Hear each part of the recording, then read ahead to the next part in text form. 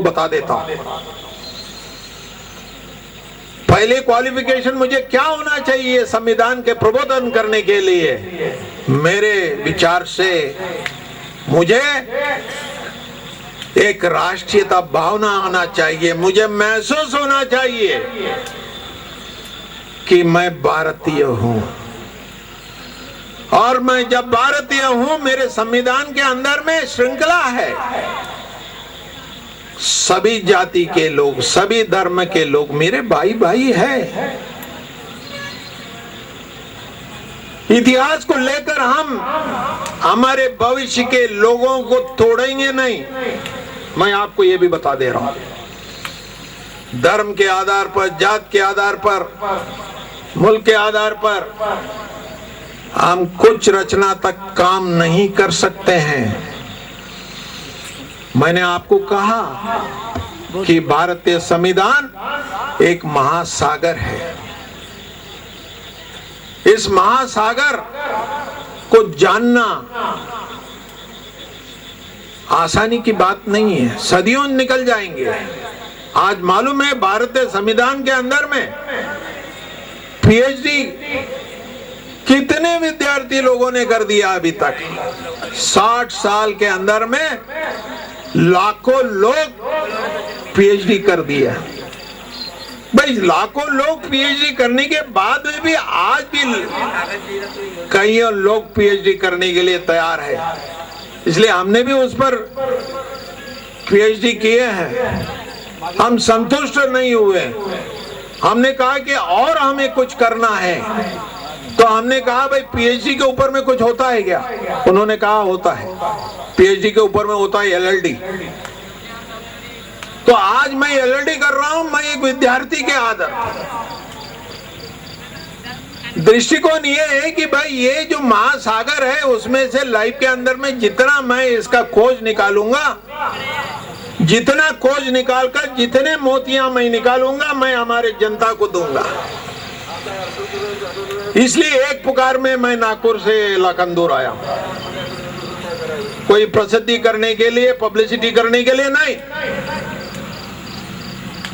संविधान के अंदर में, महासागर के अंदर में इतने इतने मोतियां पड़ी है, बहुत समय लग जाएगा। तो इस प्रकार के सभा आप संगठित करते हैं, लोगों के बीच में जागरूकता पैदा कर रहे हैं, बहुत बहुत जरूरी है। और मैं आपको फिर से एक बार बधाई देता हूं, और सभी जनता भाइयों को, बहनों को मैं बधाई देता हूं। आप इधर आए, संविधान के संबंध में आपने कुछ सुना, ये बड़ी आश्चर्य की बात है। नाच गाना होता है तो जनता आ जाती है, टिकट लगाना पड़ता है, मगर एक संविधान के लिए इतना जनता आना और इतने देर से सुनना, ये really it surprises me, it's really wonderful. इसलिए मैं फिर आप बधाई के पात्र हो। बहुत त्रुटियां हैं, आगे हमें जंग खेलना है, बहुत कुछ चीज हमें सुधारण लाना है। इसलिए आप लोग हिम्मत मत हारिए। संविधान के अंदर में बहुत कुछ चीज है, अमलबाजनी जैसे उन्होंने कहा, अमलबाजनी नहीं हो रहा है। अगर अमलबाजनी होगा तो हमारे राज्य बिल्कुल सुखी हो जाएंगे, जनता सुखी हो जाएंगी। अमलबाजनी के लिए हमारी जनता को पहले जागरूक करना है, संगठित करना है, फिर मोर्चा निकालने का है। हम जागरूक नहीं करते हैं, मोर्चा निकालते हैं, बस और ट्रेन रोकते हैं, पत्थर फेंकते हैं। ये क्या लोकतांत्रिक? अगर आज बाबा साहब रहते तो बोलते मैंने तो बहुत गलत बात किया है ये भारतीय संविधान बनाकर। ये बनाने के बाद में भी हमारी जनता में जागरूकता नहीं आ रही है तो गलत बात हो जाएगा। तो इसलिए प्रत्येक नागरिक का ये जिम्मेदारी होता है, कर्तव्य होता है कि अपना जीवन संवैधानिक आधार पर चलाए। घर को अपने हिसाब से आप चलाओ। घर, कोई संविधान आपके घर में घुसेगा नहीं, मगर घर के बाहर आप निकलते हैं तो संविधान की जरूरत है। जैसे हमारे अधिवक्ता वातोड़ी जी ने कहा कि आप कानून को मानो, कानून को पालन करो। आप संविधान को पालन कर रहे हैं। संविधान से बढ़कर कोई कानून नहीं देश में। इसलिए अंग्रेजी में हम संविधान को ग्रैंड नॉर्म कहते हैं। ग्रैंड नॉर्म यानी सुपीरियर नॉर्म। तो भविष्य उज्जवल है। तकलीफ जरूर है हमारे रास्ते में, मगर आपको जरूर भविष्य के प्रति विश्वास रखना है। भविष्य उज्जवल है। हमारे प्रेसिडेंट ऑफ इंडिया ने, अब्दुल कलाम जी ने कहा कि भाई सपना देखो। सपना देखने का मतलब ये नहीं कि सोते सोते आप सपना देखो। सपना देखो एक नया भारत देश का, नया भारत देश का उज्जवल का, उसका आप सपना देखो तो सब कुछ ठीक हो जाएगा। और हमारे कानेकर साहब को फिर से मैं बधाई देता हूं। इतना ही आखिरी में करना चाहता हूं, सपना ताम ले कि आयुष्य ताम ले। लिख कर रखो। मैं मराठी उतना नहीं आता है, प्रयास कर रहा हूं। मुझे आप आशीर्वाद दीजिए। नेक्स्ट टाइम जाऊंगा तो मराठी में भाषण दूं आपके सामने। इसलिए मराठी में नहीं भाषण दिया कि मेरे को जनता को यहाँ रोक कर रखना था, नहीं तो मैदान साफ हो जाता। सपना ताम ले कि आयुष्य ताम ले, विश्वास उड़ा ले कि आशा संपते, काजगी गहने सोड ले कि मैत्री संपते। म्हणून सपना पहा, विश्वास ठेवा, काजगी घ्या, आयुष्य खूप सुंदर है। धन्यवाद। जय हिंद, जय भारत।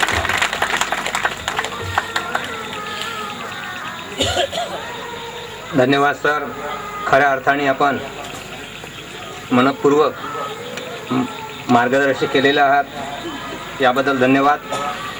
श्रोत्यावर्गांना विनंती आहे की त्यांनी 2 मिनिट थांबावं. अजून या ठिकाणी सुरुवातीला जेव्हा आपण आलो त्यावेळेला इथे आपल्या गोड गळ्यातून जनतेचं मार्गदर्शन करण्याचा जो प्रयत्न केला गायकवाडजींनी, त्यांना एक इथल्या कार्यक्रमाची आठवण राहावी म्हणून त्यांना आम्ही एक मेमेंटो देत आहोत. ते त्यांनी स्टेजवर यावं आणि स्वीकारावं.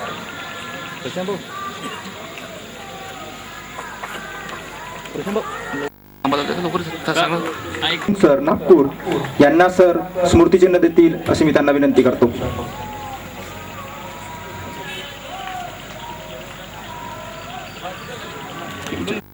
त्यांना सर स्मृतिचिन्ह देतील अशी मी त्यांना विनंती करतो. आयुष्यमान मनोहर मेश्राम सर नागपूर यांना सुद्धा सर स्मृतिचिन्ह देतील अशी मी त्यांना विनंती करतो.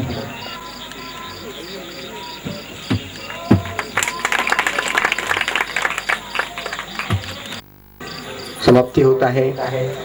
या कार्यक्रमाच्या निमित्तानं या ठिकाणी उपस्थित झालेले आदरणीय डॉक्टर राजन सर, उद्घाटक प्राध्यापक सुरेश मुंग सर, ॲडव्होकेट प्रदीप वाटोडे, प्राध्यापक डॉक्टर चंगोले सर, PS सोमकुवर यांनी या ठिकाणी आपली उपस्थिती दर्शविली आणि संविधान प्रबोधन मंच जो साहित्याच्या संबंधी परिसंवादाचा जो विषय दिलेला होता, संविधान, राज्य समाजवाद, शासक आणि शासितांची जबाबदारी, या अनुषंगानं अतिशय मार्मिक, सूचक आणि एक प्रेरणादायी भाषण प्रमुख वक्त्यांनी केलं. ज्या सर्वांचा समाचार जर थोडक्यात घ्यायचा झाला तर बाबासाहेबांच्या विचारापलीकडे आणि भारतीय संविधानाच्या पलीकडे या देशाला दुसऱ्या कुठल्याच विचारानं भविष्याची तारणहार होणार नाही. आणि म्हणून बाबासाहेबांनी सांगितलेल्या शिक्षणाचं खाजगीकरण केलं जाऊ नये, कोऑपरेट शेती केली जाते, प्रत्येक बहुजनांचा सहभाग असल्याशिवाय सुधारणा ही सार्वत्रिक होणार नाही. स्त्री शिक्षणाच्या महत्त्वाचं कार्य आणि शिक्षणासाठी जनतेने पुढे यावं. समाजवाद, जात, धर्म, पंथ एवढ्याच विचारापुरतं मर्यादित न राहता माणसांच्या सर्वांगीण विकासात सामाजिक, सांस्कृतिक, राजकीय, आर्थिक, धार्मिक आणि शैक्षणिक या सर्व दृष्टिकोनातून माणसाने आपल्या हक्क आणि कर्तव्याची जबाबदारी यथोचित पार पाडावी असा एक दृष्टिकोन आजच्या आमच्या विचार मंचावरून सन्माननीय पाहुण्यांनी दिला. या सर्वांनी पाहुण्यांना निमंत्रणाची जबाबदारी आमचे मित्र प्राध्यापक काणेकर सर, आमच्या बहुजन विद्यार्थी संघ यांनी जोपासलेली आहे. मित्र हो, पाहुण्यांचं मनपूर्वक मी अवघ्या एका वाक्यामध्ये आभार मानतो. पण जाता जाता एक गोष्ट इथं सांगून जातो की असं म्हणतायत की 4 चाकाच्या नंतर 5वं चाक म्हणजे स्टेपनी. पण मी तर राजन सरांच्या बाबतीत असं म्हणेन की या 4 चाकाचं एक मुख्य इंजिन म्हणून त्यांनी आमची जबाबदारी स्वीकारलेली आहे आणि त्यांनी इंजिन बनूनच पुढे राहावं. या सर्व पाहुणे मंडळींचं मी मनपूर्वक आभार मानतो. या ठिकाणी ग्रामपंचायतची ग्रामसभा असताना सुद्धा ग्रामपंचायतनी ही जागा आणि ग्रामसभेमध्ये व्यत्यय येत असताना सुद्धा त्यांनी कुठल्याही प्रकारचे आडेवेडे न घेता आम्हाला जे सहकार्य केलं याबद्दल मी ग्रामपंचायतचे, त्यांच्या म्हणजे सरपंच आणि त्यांच्या कार्यकारिणीचे मनपूर्वक आभार मानतो. उपस्थित आमचा श्रोता वर्ग जो आहे, मी अगदी 10 वर्षाच्या पासून या कार्यक्रमाशी जो जोडलेला आहे, या वर्षाला आमच्या बहुजनांची जी एक संख्या या ठिकाणी प्रामुख्यानं वाढलेली आहे, हे निश्चितच आमच्या कार्यक्रमाचं यश आहे. याबद्दल मी नाव न घेता इथल्या सुजाण श्रोते मंडळांचं, विचार स्वीकारणाऱ्या बंधू आणि भगिनींचे मनपूर्वक आभार मानतो. ज्यांनी या कार्यक्रमाच्यासाठी आम्हाला आर्थिक मदत केलेली आहे, जे करत आहेत याबद्दल त्यांचं सुद्धा मनपूर्वक आभार मानतो. प्राचार्य रामटेके सर वेळोवेळी लागणारे साहित्य पुरवितात, त्याबद्दल आमचे चित्रकार, पत्रकार बंधू भगिनी आणि शैलेंद्र साऊंड सर्व्हिसचे मालक या सगळ्यांचं मी मनपूर्वक आभार मानतो. आणि पुन्हा एकदा डॉक्टर चंगोले साहेब, मेश्राम साहेब, मुन साहेबांच्या बरोबरीने आलेले त्यांचे सहकारी आणि आजच्या कार्यक्रमाचे अध्यक्ष उद्घाटक या सर्वांचे पुन्हा एकदा मनपूर्वक आभार मानतो आणि पहिल्या सत्राचा कार्यक्रम इथं संपला असं जाहीर करतो.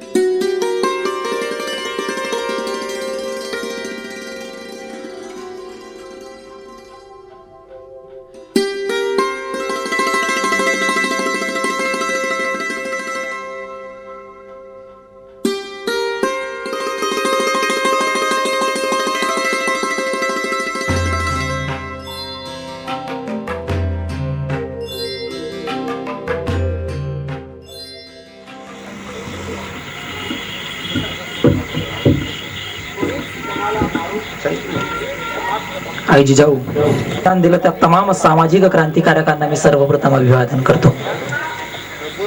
मित्रांनो, कवितेला प्रास्ताविकाची गरज नाही असं म्हणतात, पण मी जी कविता सादर करणार आहे त्या कवितेची पार्श्वभूमी मला तुमच्या पुढे मांडायची आहे.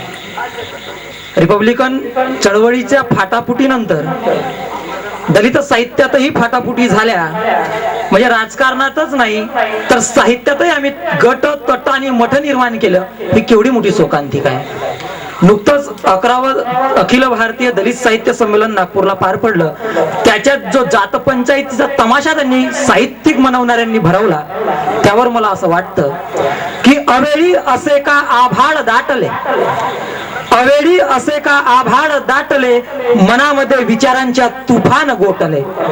अवेळी असे का आभाळ दाटले, मनामध्ये विचारांचे तुफान गोठले. मरण्याच्या लाख तरा ऐकल्या होत्या, मरण्याच्या लाख तरा ऐकल्या होत्या, पण डोळ्यासमोर माझ्या माझे शरण पेटले. डोळ्यासमोर माझ्या माझे शरण पेटले.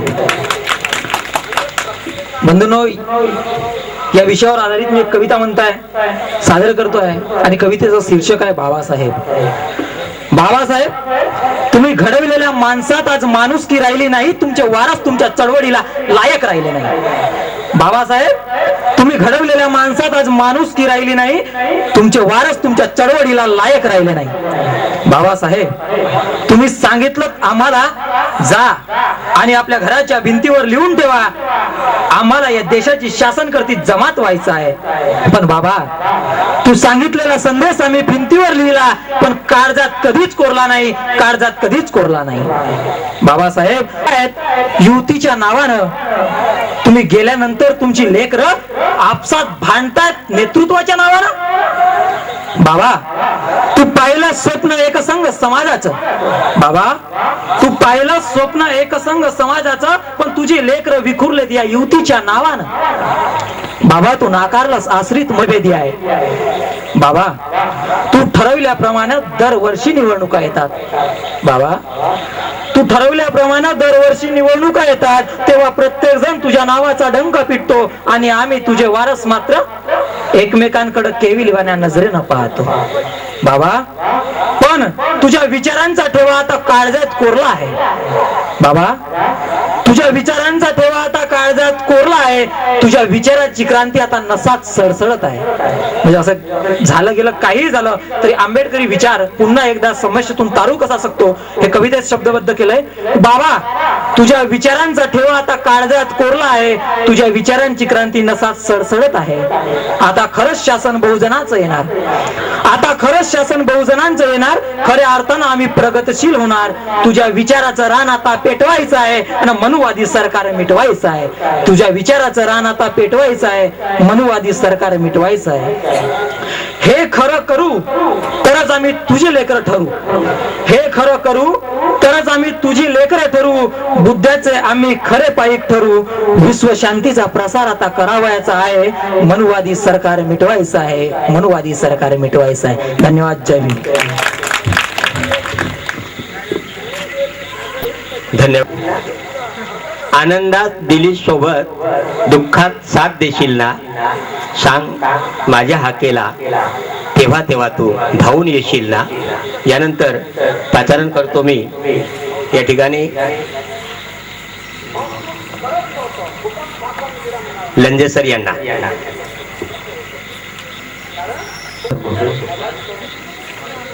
भारतरत्न डॉक्टर बाबासाहेब आंबेडकर, राजर्षी शाहू महाराज, छत्रपती शिवाजी महाराज, माता सावित्री,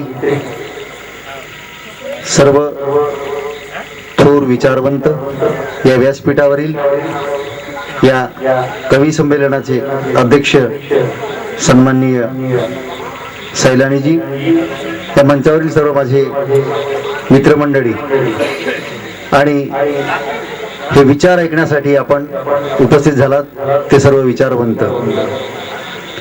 खरं म्हणजे मी कवी नाही,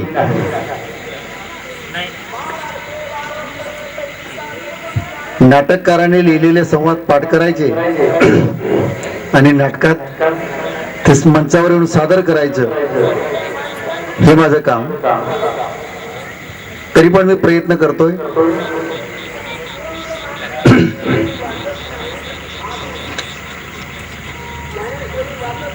कवितेचं नाव आहे विचार पेटवण्यासाठी. आज शहरात बाबासाहेबांच्या पुतळ्याची विटंबना झाली आणि रस्त्यावर माणसांचे टोळके जमायला लागले. एवढ्यात एक जमाव दगडफेक करत पळत सुटला. तेव्हा आम्ही निघालो हातात मशाली घेऊन घरे दुकाने पेटवण्यासाठी.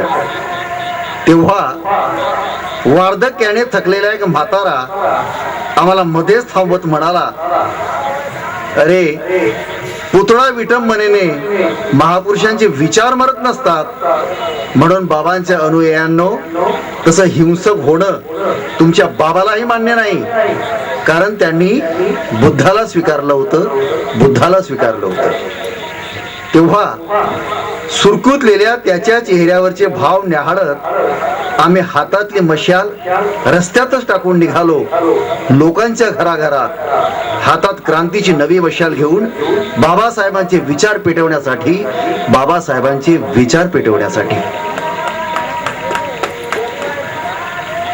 एक चारोळी आहे. बाबा, तुमच्या रक्ताच्या थेंबाथेंबानं सर्व शोषित वंचिताच्या जीवनाचा उद्धार झाला. बाबा, तुमच्या रक्ताच्या थेंबाथेंबानं सर्व शोषित वंचिताच्या जीवनाचा उद्धार झाला आणि गावकुसा बाहेरच्या काळोख्या अंधारातही सूर्य स्वार झाला. तुम्ही अपाय मेहनत आणि कष्ट करून आम्हाला संविधान तयार करून दिले. म्हणूनच आज सर्व जगात भारत हे चांगलं लोकशाही राष्ट्र झाले.